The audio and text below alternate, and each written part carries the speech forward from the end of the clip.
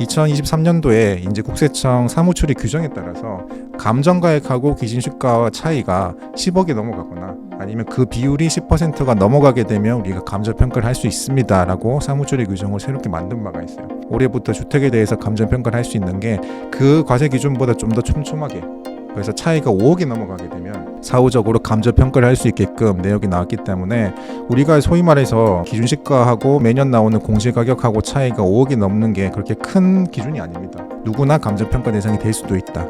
따라서 세부담이 더 많이 발생할 수도 있다. 이런 점이 아마 2025년에 가장 크게 바뀔 수 있는, 재산을 가지고 있는 분들의 유의를 좀 해야 되는 부분이라고. 안녕하세요. 인터뷰 진행을 맡은 카프카입니다. 오늘은 이성호 세무사님 모시고 전반적인 세금에 대한 이야기 나누어 보도록 하겠습니다. 안녕하세요. 네, 안녕하세요. 네, 간단하게 인사 부탁드립니다. 네, 안녕하세요. 저는 이성호 세무사입니다. 이 상속과 증여에 대해서 좀 더 쉽게 관련 정보를 전달드리기 위해서 제 유튜브 채널도 운영을 하고 관련 책도 쓰고 칼럼도 쓰고 실질적으로 많은 상담을 하고 관련 정보를 도움을 드리고 있습니다. 네, 사실 많은 분들이 관심을 가지고 계시는 부분 중에 하나가 상속세와 증여세 부분인데요. 이게 작년에 개정안이 부결이 됐잖아요. 네, 맞습니다. 네, 그러면 이제 상속세하고 증여세는 어떻게 저희가 파악을 해야 되는 건가요?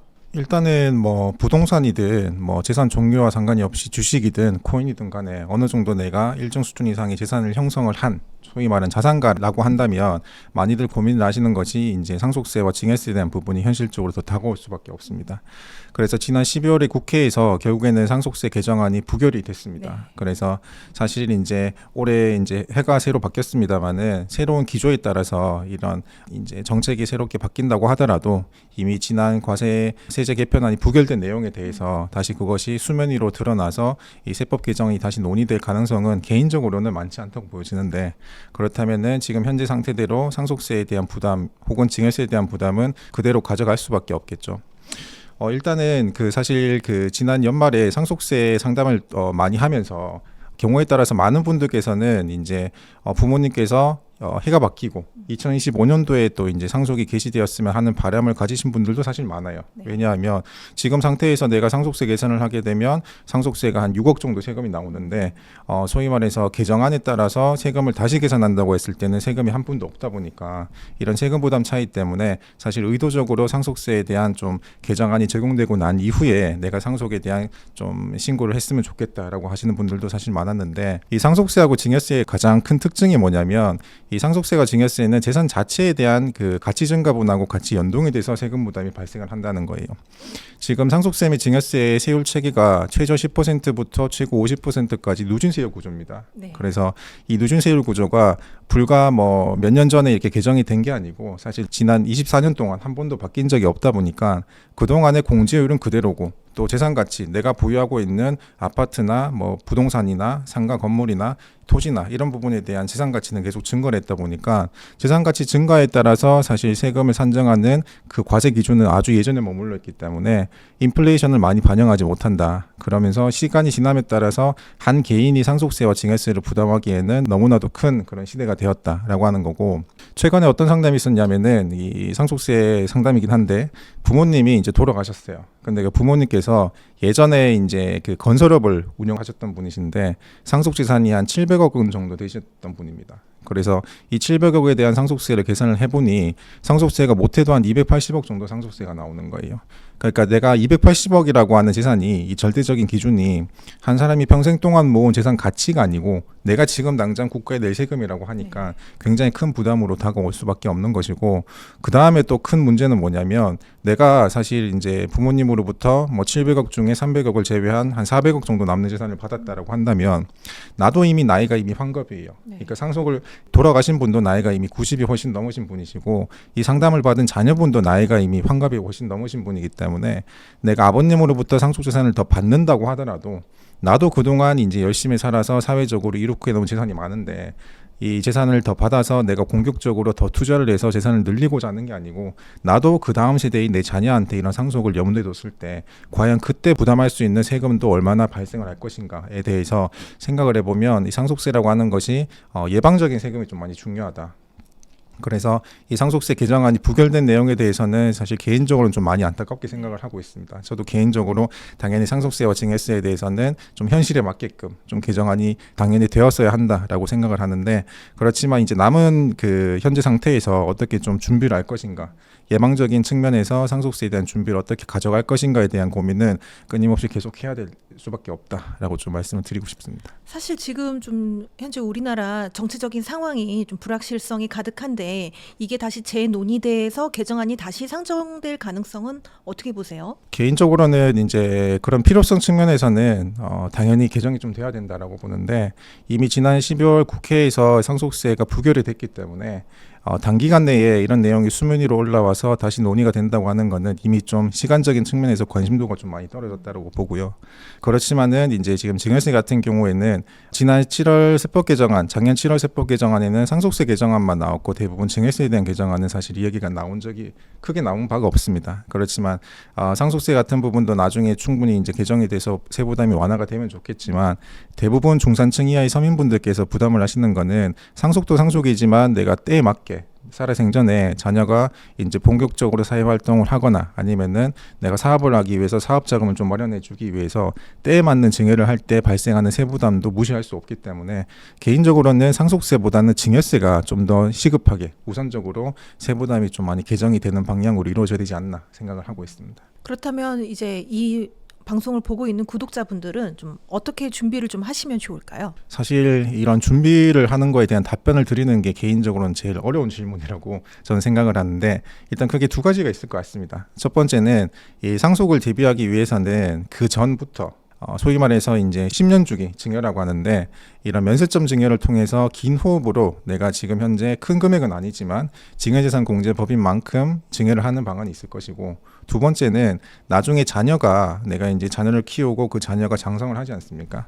그러면 그 자녀가 나중에 증여를 받든 아니면 내 재산을 뭐 매매를 통해서 가져가든 자녀가 내 재산을 좀 더 부회전을 좀 더 가져갈 수 있는 그런 경제교육을 좀 잘 시키는 것이 또 중요하다라고 보여지고 있습니다. 예로 들어보면 상담을 하다 보면 이런 경우가 많아요. 대부분 이제 상속을 직접 당하시는 분들은 나이가 70세 이상인 분들이 많으니까, 지금 그분들 같은 경우에는 과거에 80년대 결혼을 하시면서 가정을 꾸리시고 출산을 하셨겠죠. 그러면 우리나라 80년대에 합계 출산율을 보면 각 가정마다 보통 자녀가 3분 이상은 되는 것 같아요. 2명은 적은 것 같고, 경우에 따라서는 4분, 5분 정도 많은 분들이 계시는데, 만약에 자녀가 3명이라고 한다면은 그 자녀가 커가지고 또 결혼을 하니까 내 입장에서는 자녀 3명도 있고 또 사위나 며느리가 또 3명이 더 생기는 경우잖아요. 그리고 그 자녀들이 또 이제 자녀를 낳으면 내 입장에서 손자, 손녀가 생기는데, 각 가정마다 손자, 손녀가 2명이다라고 하면은 손자, 손녀가 총 6명이 되죠. 그러면은 자녀 3명, 사위 며느리 3명, 손자 손녀 6명이니까 총 내 재산을 배분할 수 있는 사람이 12명으로 늘어나게 됩니다. 그러면 만약에 내가 한 사람당 내가 2억 정도를 아주 오랜 기간 10년, 20년, 30년 정도 텀을 두고 증여를 한다라고 하면 전체적으로는 24억 정도 증여를 할 수가 있겠죠. 총 12명이고 한 사람당 2억이니까 24억 정도 증여를 할 수 있고, 또 내가 이미 재산 가액이 아무리 너무 많아서 내가 상속이 이루어졌을 때, 예를 들어서 최고 세율인 50% 세율을 적용받는 사람이다라고 한다면 20억에 대해서 미리 증여를 하게 되면 증여세 부담도 아주 적을 뿐더러 내가 나중에 발생할 수 있는 상속세 50%에 해당하면 단순하게 계산을 한다고 했을 때도 한 12억 정도의 상속세를 미리 예방을 할 수 있는 방법이기 때문에, 긴 호흡을 가지고 미리 증여를 하는 것이 사실 그게 굉장히 별일은 아니지만, 그리고 증여를 했을 때 금액이 매 건마다 작을 수는 있겠지만 시간이 지나고 나서 보면은 굉장히 큰 효과를 발휘한다라고 말씀을 좀 드리고 싶고, 또 이제 투자적인 관점하고 이야기를 하게 되면 사실 이제 투자도 굉장히 다른 성향이 있습니다만은, 장기 투자를 우리가 한다고 했을 때 장기 투자의 장점이라고 하는 것이, 제가 개인적으로 생각하기에는 이 투자에 대한 리스크를 이제 시간의 흐름에 따라서 녹여서 리스크를 좀 줄이면서 내가 원하는 투자 수익을 가져가는 게 또 장기 투자의 장점이자 묘미라고 생각을 합니다. 그런 의미에서 봤을 때도 이 상속세를 줄인다고 하는 게, 이 상속세라고 하는 본질을 좀 미리 알면은 세금을 줄이는데 많이 도움이 되실 것 같아요. 그래서 제가 생각하는 상속세의 본질은 뭐냐면 눈에 보이지 않는 세금이 갑자기 사망을 한다 그래서 갑자기 팍 생기는 게 아니고 사실은 그동안에 눈에 보이지 않는 세금이 숨어져 있었던 거예요. 네. 그러면서 이 사람의 재산 가치가 쌓아지고 가치가 증가되고 재산이 많이 늘어나면서 사망이라는 이벤트로 그게 한꺼번에 빵 터진다는 효과가 있기 때문에 상속을 준비하는 사람 입장에서도 갑자기 상속세를 줄이기 위해서 예를 들어서 뭐 상속 직전에 내가 가지고 있는 현금을 갑자기 준다거나 부동산을 증여한다거나 이렇게 하는 것이 세금적인 측면에서도 크게 도움되지 않는다. 오히려 저는 불리한 경우를 더 많이 봤기 때문에 이렇게 사전에 증여를 하면서 긴 호흡으로 상속세를 줄이는 게 현실적이고 그리고 일반 범인들 입장에서 좀 많이 쉽게 활용할 수 있는 그나마 유용한 방법이지 않을까 생각을 하고 있습니다. 그렇다면 혹시 이제 2025년이 되어서 새로 좀 바뀌는 세법들 또 우리가 좀 알고 있어야 되는 그런 세법들이 있다면 뭐가 있을까요? 일단 가장 중요한 변화는 2025년 이제 해가 바뀌었죠. 네. 올해 새롭게 시작이 되는 게 지난 12월 달에 보도자료가 나온 게 뭐냐면 고가주택에 대해서도 감정평가를 시행을 하겠다라고 한 보도자료가 나왔습니다.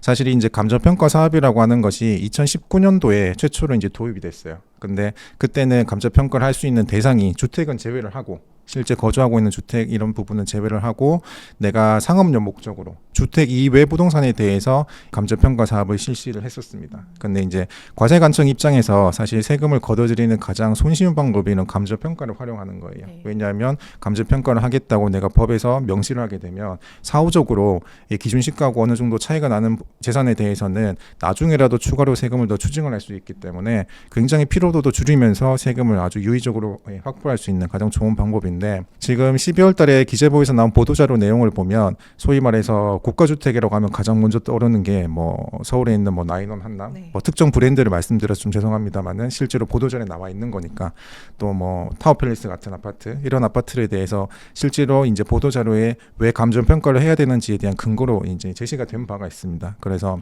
지금 타워팰리스 같은 경우에는 보도자료에서 대략 67평짜리 아파트를 기준으로 세금 계산을 산정을 했는데 67평에 대해서 지금 시가 소위 말해서 감정가 기준으로 산정을 하게 되면 그게 한 70억 정도 될 것이다. 그렇게 했을 때는 상속세가 대략 한 26억 정도 나오는 반면에 이게 평가기간이라고 해서 상속 같은 경우에는 상속 전후 6개월 이내 이런 시가가 있어야지 시가를 우선으로 내가 찾아서 쓸 수가 있는데 이런 고가 아파트들 같은 경우에는 시가는 70억이지만 평가기간 내에 이런 가액이 없다 보니까 그렇죠. 왜냐하면 한번 움직이기 위해서는 거래가 너무 또 크고 무거운 아파트다 보니까 이런 가액이 없어서 부득이하게 그거보다 훨씬 낮은 이 공시가액 예를 들어서 뭐 한 37억 정도 되는 걸로 나왔더라고요.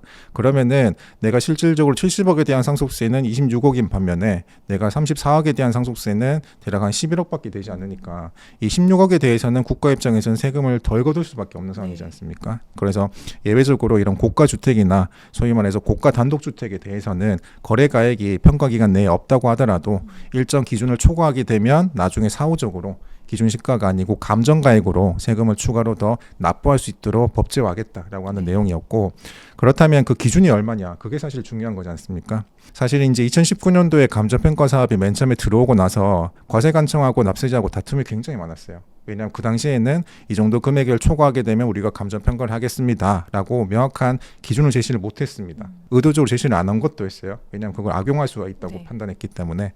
그래서 이번에 2023년도에 이제 국세청 사무처리 규정에 따라서 새롭게 이제 규정에 들어온 게 감정가액하고 기준시가 차이가 10억이 넘어가거나 아니면 그 비율이 10%가 넘어가게 되면 우리가 감정평가를 할 수 있습니다라고 사무처리 규정을 새롭게 만든 바가 있어요. 그리고 이번에 이제 주택에 대해서 올해부터 주택에 대해서 감정평가를 할 수 있는 게 그 과세 기준보다 좀 더 촘촘하게 그래서 차이가 5억이 넘어가게 되면 사후적으로 감정평가를 할 수 있게끔 내역이 나왔기 때문에 우리가 소위 말해서 뭐 기준시가하고 매년 나오는 공시가격하고 차이가 5억이 넘는 게 그렇게 큰 기준이 아닙니다. 그래서 우리가 소위 말하는 그 고가주택이라고 하는 게 서울에 있는 혹은 환경변에 있는 그런 아주 고급 빌라에 있는 아파트들뿐만 아니고 지방의 학군지에 있는 뭐 원룸이나 아니면은 다가구 주택이라고 하더라도 사실상 내가 가지고 있는 원룸이 공시가액은 낮음에도 불구하고 실제로 감정평가를 매기면 꽤 높은 경우가 많기 때문에 거의 대부분 이제 주택에 있어서도 이런 고가주택이라고 표현을 했습니다만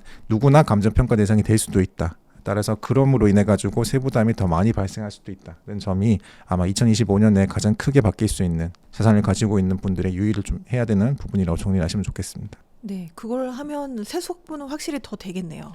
그렇죠. 왜냐하면 이렇게 하게 된 병역에도 2023년도 세수 결손이 이미 56조가 나왔기 때문에 네. 좀 더 효과적으로 좀 더 세수를 좀 더 걷어들이기 위해서는 안정적으로 주택에 대해서 특히나 이제 고가 주택에 대해서는 그 차액에 대한 이 기준을 가장 적게 가져가면서 간접 평가를 할 수 있도록 많이 평가를 할 수 있도록 적용을 하면 좋은 부분이기 때문에 법이 법제화가 되었다라고 정리하시면 좋겠습니다. 네. 그리고 또 최근에 관심을 가지고 계시는 부분이 이제 한국 주식 같은 경우에는 이제 세금이 없는 반면에 해외 주식 같은 경우에는 세금이 있잖아요. 네. 특히나 최근에 이제 트럼프 대통령이 당선되면서 미국 주식에 관심을 가지신 분들이 굉장히 많으신데 또 이런 해외 주식에 투자하시는 분들이 절세 방안을 또 많이 찾으시거든요. 네. 추천해 주실 수 있는 방법이 좀 있을까요? 사실 절세 방안에 대해서는 이미 이번에 올해 2025년부터 당초에는 작년 연말까지 통했던 것이 이제 해외 주식을 투자를 해서 내가 어느 정도 투자 수익이 났다라고 하면은 배우자에게 증여를 함으로써 다시 증여를 하게 됐을 때 일월과세 규정이 없었다 보니까 많이들 주식 투자에 대해서 발생하는 손실을 내가 단시간에 증여를 하고 바로 처분을 하게 됐을 때 내가 증여한 금액과 처분하는 금액이 같기 때문에 네. 또 배우자 간에는 증여재산 공제가 요구까지라고 하는 꽤 비교적 넉넉한 증여 범위가 있기 때문에 많이들 활용하셨을 것 같은데 올해부터는 이제 주식에 대해서도 이 1년 동안에 2월과세가 적용이 되기 때문에 사실 이제 부동산은 1월과세 규정이 10년입니다. 그에 반해서 주식은 1년이기 때문에 뭐 1년 뒤에 내가 증여를 한다고 하더라도 1월과세 적용을 받더라도 내가 1년만 기다리고 다시 이제 처분을 하게 되면 내가 최초에 투자했을 때 금액보다는 더 작은 금액으로 투자 수익에 대한 세금을 부담할 수 있지 않을까라고 하는데 그거는 아마 주식을 안 해보신 분들이 그렇게 생각을 하시는 네. 것 같고 왜냐하면 주식이라고 하는 것이 내가 투자가 계속 잘 되면 모르겠습니다만은 중간에 이제 물리거나 그렇게 하면 중간에 처분하는 게 사실 심리상 쉽지가 않습니다. 그래서 주식에 대한 1월과세가 1년이 새로 생겼습니다만은 그 부분에 대해서는 좀 더 유념을 하셔가지고 투자 수익에 대해서 내가 좀 절세를 할 수 있는 방안이 어떤 게 있을까 좀 생각을 좀 해보시는 게 좋으실 것 같습니다.